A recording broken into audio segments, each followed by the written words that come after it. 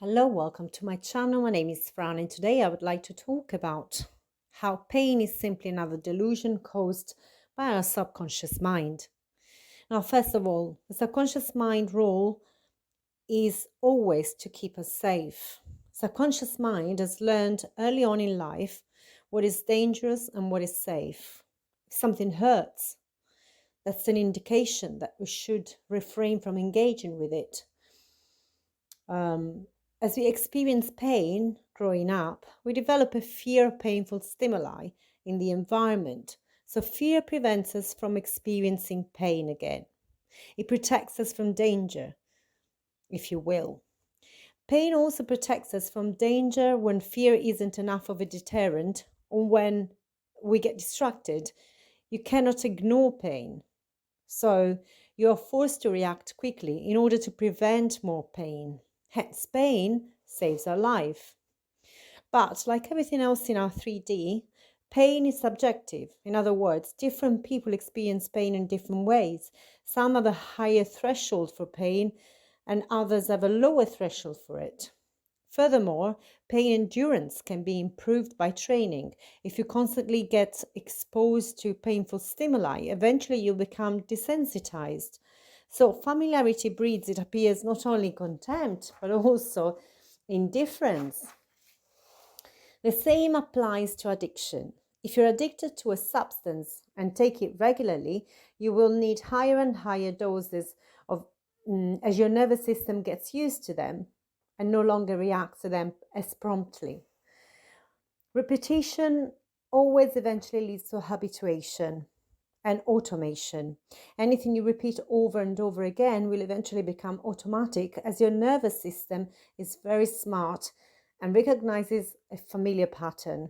As you repeat a behavior, the brain forms neural pathways or synapses between neurons, which get activated and strengthened every time you repeat the behavior. Your brain physically changes when you change your thoughts and your behaviors. If you suffer a traumatic event, especially early on in life, your brain will become sensitized. Heightened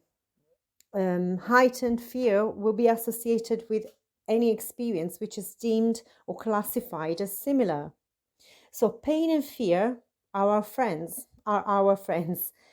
They keep us alive, but they are optional and subjective.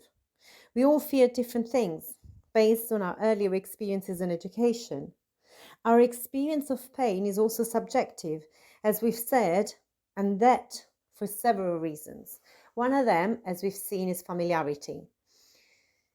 If I have experienced the pain before and I have survived, it's unlikely to produce the same effect or reaction the second time round. And with every repetition, the pain will decrease as our nervous system becomes used to it. It's like when you first start exercising or when you change your exercise regime. Initially, your muscles will rip and cause pain as your body is trying to repair the damage. But eventually, your body becomes used to it and you will feel the late onset muscle soreness less and less.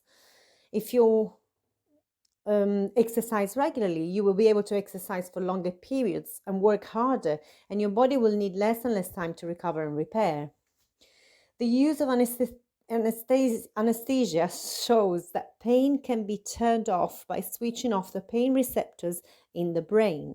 In other words, they block nerve transmission to pain centers in the brain by binding to an ion channel in the nerve cell membrane of sodium channels. Or to say it differently, anesthesia prevents the brain from processing pain. It blocks it out. So you see, pain, like everything else in this physical experience, only exists in the brain. You disconnect the central nervous system from the peripheral nervous system and pain disappears. Now, if someone is trying to kill you by stabbing you, pain is pretty useful in that it encourages you to run away. It might very well save your life. On the other hand, if you need potentially life-saving surgery and cannot do it because of the pain that you would suffer, then pain can potentially kill you.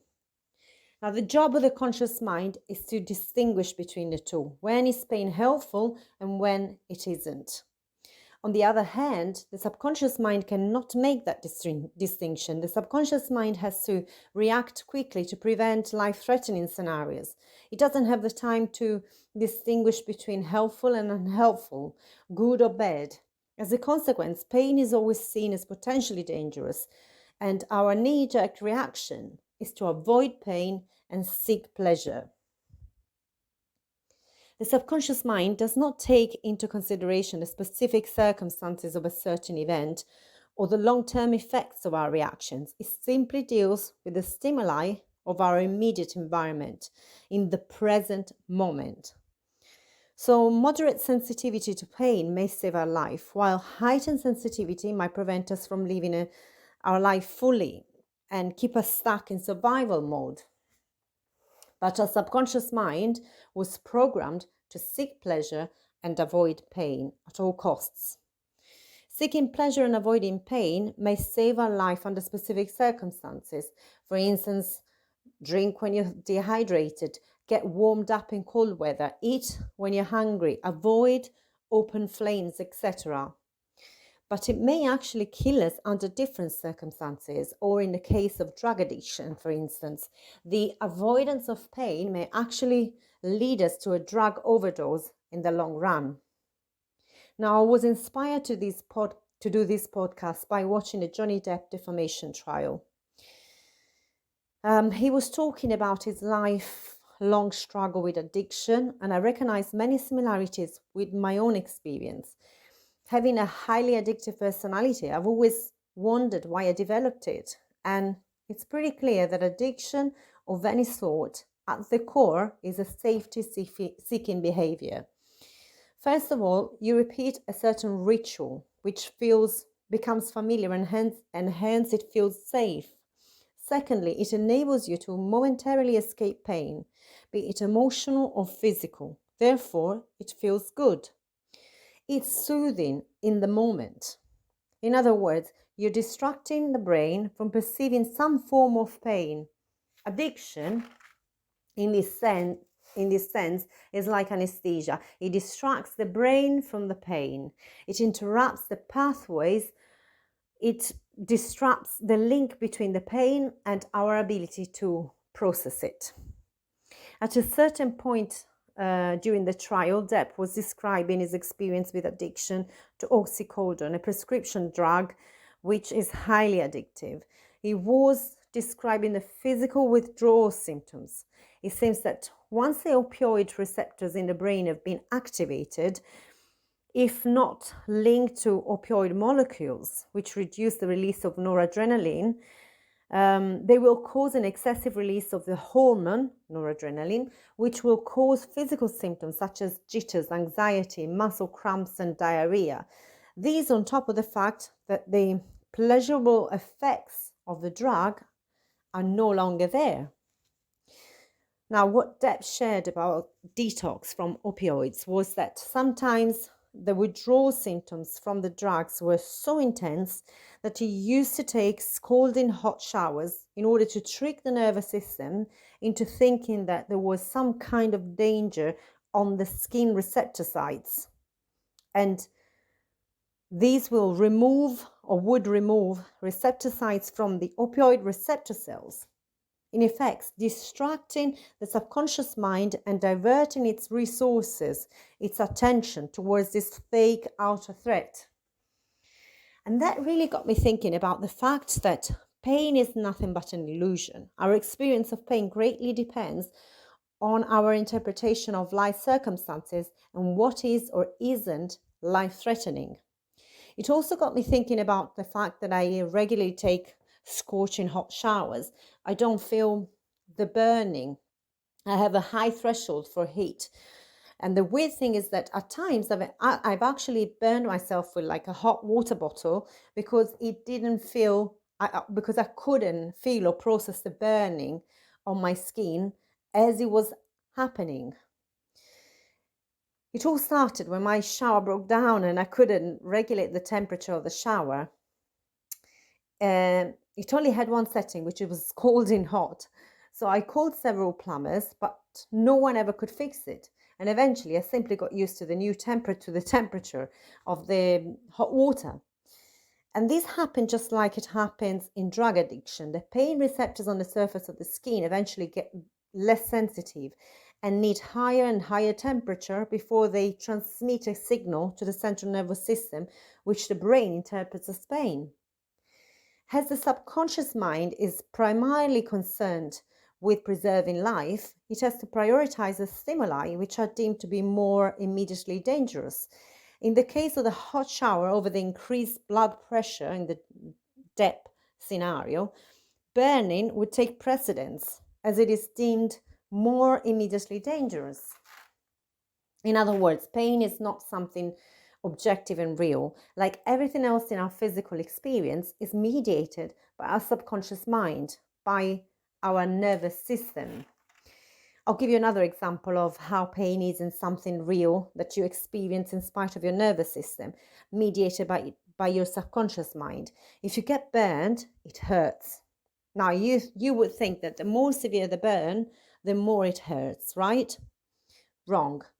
In third degree or full thickness burns, where the flesh actually looks charred, for lack of a better term, you feel no pain, nothing.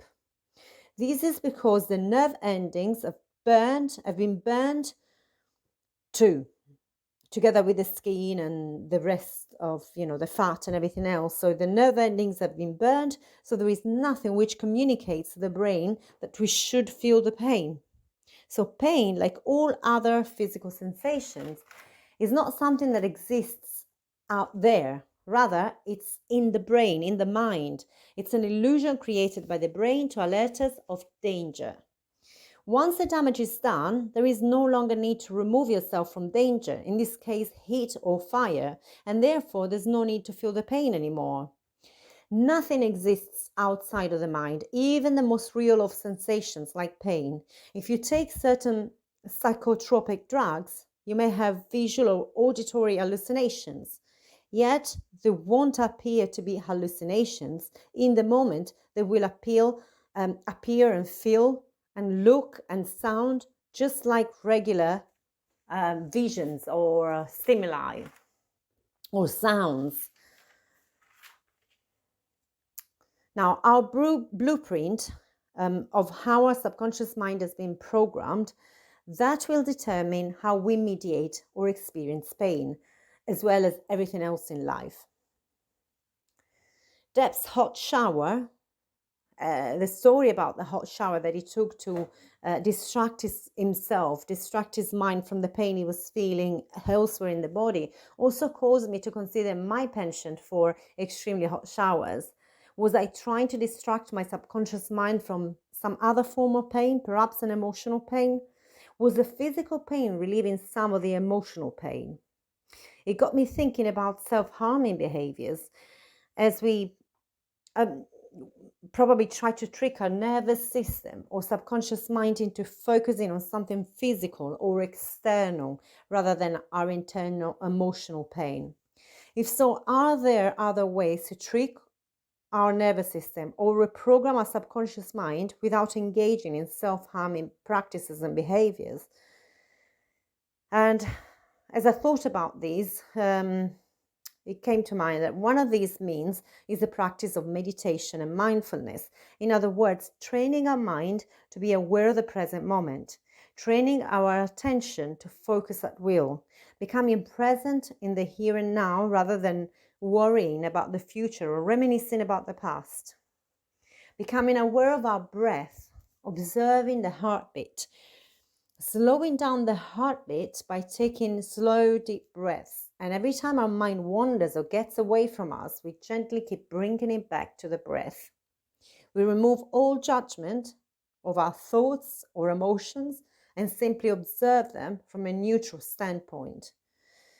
Now, with practice, we can learn to regulate our physiology at will. We can lower blood pressure, strengthen our immune system, regulate our metabolism, regulate our hormones.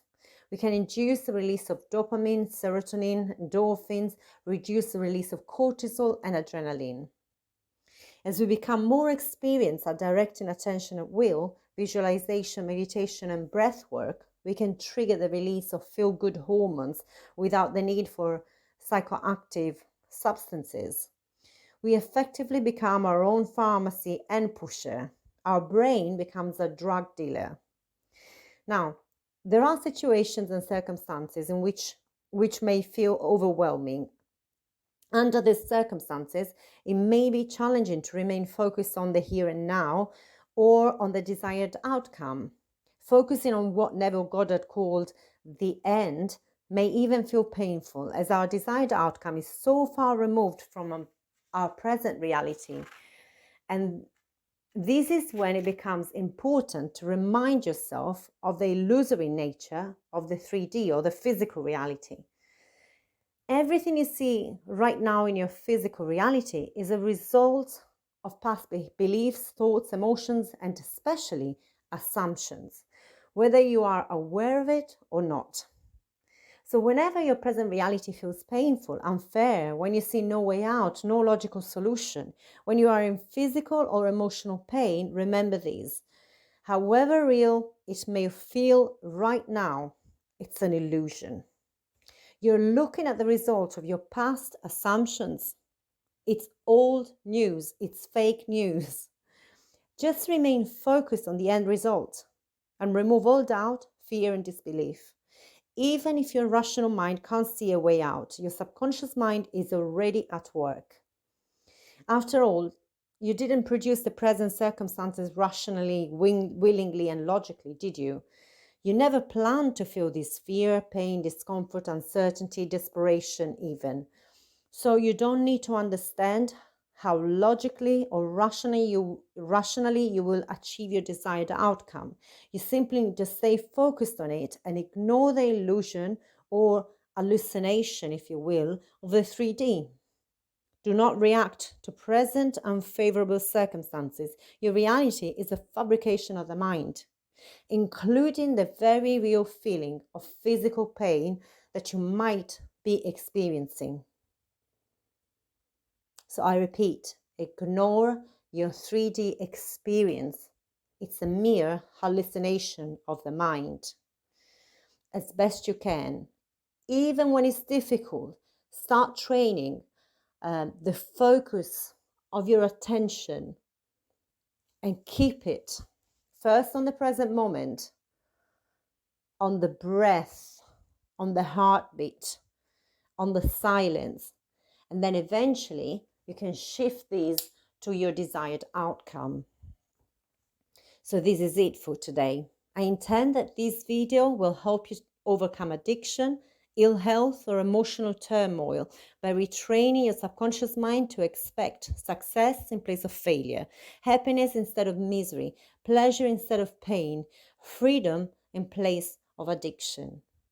Now, if you've come this far and found this content helpful, please remember to like, share, and subscribe.